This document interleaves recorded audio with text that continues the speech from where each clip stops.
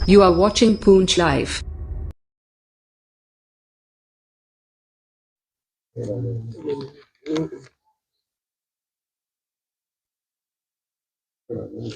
जैसे कि आप जानते हैं, अभी कुछ दिन पहले यहाँ बफलियाज एरिया में एक बहुत ही बुरा हादसा हुआ, जिसमें हमारे मुल्क के कई जवान जो है जाँ बहक हो गए।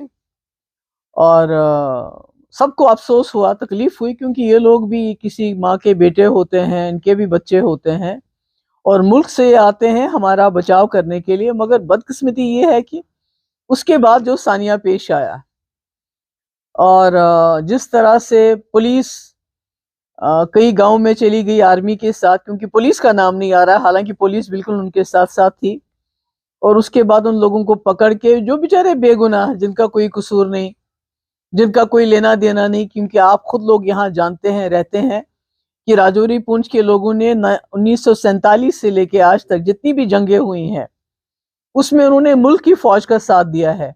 उनको पकड़ा, उनको मारा, उनको पीटा, उनको बिजली के करंट दिए गए, यहाँ तक कि एक के जिस्म के इतने, वो उसको टांकों से फिर जोड़ दिया था, क्योंकि उसके फादर ने फिर बताया कि मैं उसको गले लगाना चाहता था, पर वो उसका जिस्म बिल्कुल अलग अलग हिस्सों में बटा हुआ था। और न सिर्फ इतना पीटा और मारा, बल्कि एक तो लगता था बिल्कुल वो डेड बॉडी है, जब उसके जिस्म में नमक और मिर्ची डाल रहे थे।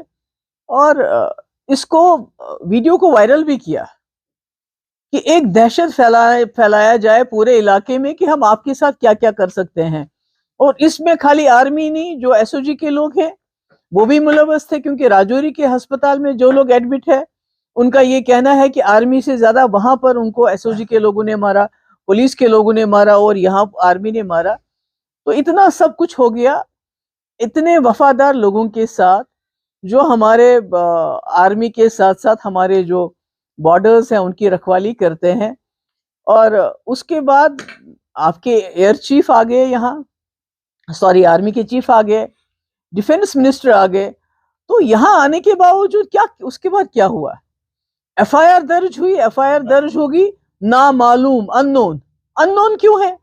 वीडियो में तो आपको सब नजर आता है, कौन लोग मार रहे हैं, कौन लोग पीट रहे हैं। और ये भी गांव के लोग जो हैं उनको मालूम है तमाम उन पुलिस वालों के नाम जो वहां उस गांव में चले गए आर्मी के साथ, उन आर्मी वालों को वो पहचानते हैं। तो अननोन कैसे हो गया? तो अगर आप अपराध करने वाले को उसकी सजा नहीं देंगे तो आप फिर एक हिसाब से अपराधीकरण कर रहे हैं, चाहे वो पुलिस में लोग हैं, चाहे वो आर्मी में लोग हैं। अगर आप उनको सजा नहीं दोगे तो फिर आप लोगों के साथ इंसाफ कैसे करोगे? तब मैंने कोशिश की आने की, मुझे घर में अंडर हाउस अरेस्ट रखा गया। परसों मुझे रात को बताया गया आप जा सकती हैं, क्योंकि पहले बीजेपी के जो प्रेसिडेंट है रविंदर रैना जी चले गए, उसके बाद नेशनल कॉन्फ्रेंस की लीडरशिप आई, वो भी चली गई। उसके बाद मुझे बताया गया आप भी जा सकती हैं। और जब हम बफलियाज पहुंचे तो बोला अब आप नहीं जा सकती हैं।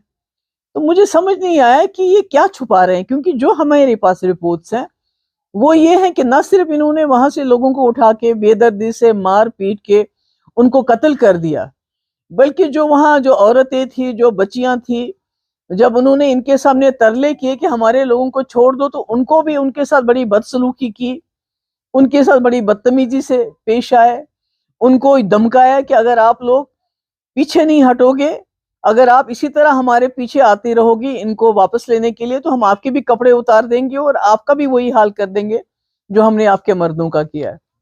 तो ऐसा लगता है वहां हमें न जाने देना, इस तरह रोक देना जैसे कोई मिलिटेंट को पकड़ने वाले होते हैं। इतनी फौज इन्होंने लाई, कंडे वाली तारें लाई, लेडीज फौज लाई रोकने के लिए। तो हम तो कोई बाहर से आए, हम तो कोई चीन से नहीं आए हुए हैं, हम तो कोई पाकिस्तान से आए हुए लोग नहीं है, हम तो अपने लोगों के बीच में और अपने लोगों के पास जाना चाहते हैं। तो हमें रोका क्यों गया? तो हमें जो इन्फॉर्मेशन वहां मिल रही है कि इन्होंने वहां इतनी ज्यादती की है, उस ज्यादती को छुपाने के लिए ये नहीं चाहते हैं कि महबूबा मुफ्ती वहां चली जाए और वो जो औरतें हमारी बच्चियां हैं वो अपने दिल का हाल हमें सुनाए, हमें बताएं। उसके बाद हम वापस आए, मैंने दिया प्रोग्राम आज जाने का, मैंने राजौरी अस्पताल जाना था क्योंकि वहां भी कई लोग जख्मी हैं, उनको देखने के लिए। उसके बाद मुझे जाना था शादरा शरीफ, शादरा शरीफ से मैं बंगाई जाना चाहती थी, जिस गांव के लोग इन्होंने पिकअप किए। तो मुझे बताया गया कि रास्ते में कॉर्डन सर्च ऑपरेशन चल रहा है राजौरी के, और जो वहां से थन्ना मंडी रास्ता जाता है वहां भी कॉर्डन सर्च ऑपरेशन। अब मुझे समझ नहीं आता है ये क्या छुपाना चाहते हैं। दूसरा, मैं सुरनकोट के अस्पताल में गई, वहां कोई 8 लोग हैं, सरकार की तरफ से उनको कोई मदद नहीं हुई अभी तक। 4 लोग उसमें जो आपका सुरनकोट में आर्मी का अस्पताल है उन्होंने रखे हुए, मुझे समझ नहीं आता। मैंने कोशिश की मैं वहां जाऊं, मुझे वहां जाने की इजाजत नहीं दी गई क्योंकि उनके घर वाले बहुत परेशान है, घर वालों को आने नहीं देते। हमें मालूम नहीं वो जिंदा है मुर्दा है क्या है। उनको सीधे अस्पताल में क्यों नहीं भेजते, गवर्नमेंट हॉस्पिटल में क्यों नहीं भेजते, आर्मी उनको अपने अस्पताल में क्यों रखा हुआ है। तो इससे कई शक और शुबात दिमाग में आते हैं। मैंने पहले भी बोला है, डिफेंस मिनिस्टर साहब आए, आर्मी चीफ आए, और उसके बाद जो एफआईआर लगी वो भी सीधे नहीं लगी, वो भी मुल्जिमों के नाम नहीं लगी, अननोन के नाम लगी। और शायद इसकी सबसे बड़ी वजह यही है कि जो आज भी वहां 14 RR बुरी खुली तरह से घूम रही है, लोगों को धमका रही है, पुलिस के लोग धमका रहे हैं। कल मैं गई, वो औरतें मेरे साथ मिलना आना चाहती थी, उनको मेरे पास नहीं आने दिया, मुझे वहां नहीं जाने दिया। तो फिर आर्मी चीफ के आने का या डिफेंस मिनिस्टर के आने का क्या फायदा हुआ अगर लोगों को आज भी खौफजदा किया जाता है। कोई टेरिटोरियल आर्मी का कोई जग्गी या जगह है, मुझे नहीं मालूम है, उसने वहां बहुत दहशत फैला के रखी है। उसने लोगों को बोला है मैं जम्मू जा रहा हूं, मैं वहां से वापस आके आपको सबक सिखाऊंगा। अब और क्या सबक सिखाएंगे।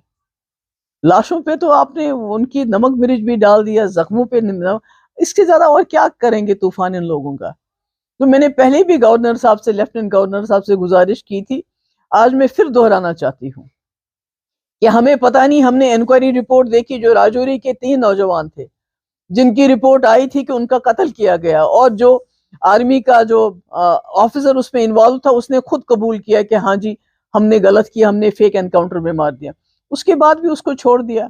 तो अब इसकी क्या इंक्वायरी करेंगे। आपने पहले भी कई यहाँ आर्मी के हमारे जो यहाँ तो मिलिटेंसी होती नहीं थी, कई लोग जो है वो जाँ भाग हुए। उसके बाद वो बेचारा उस लड़के को पकड़ा, शायद मुख्तार था जिसने खुदकुशी कर ली, इतना उसको मारा, इतना उसको पीटा। इससे पहले वहां फौज के कैंप के बाहर 2 लोगों को गोली मार दी।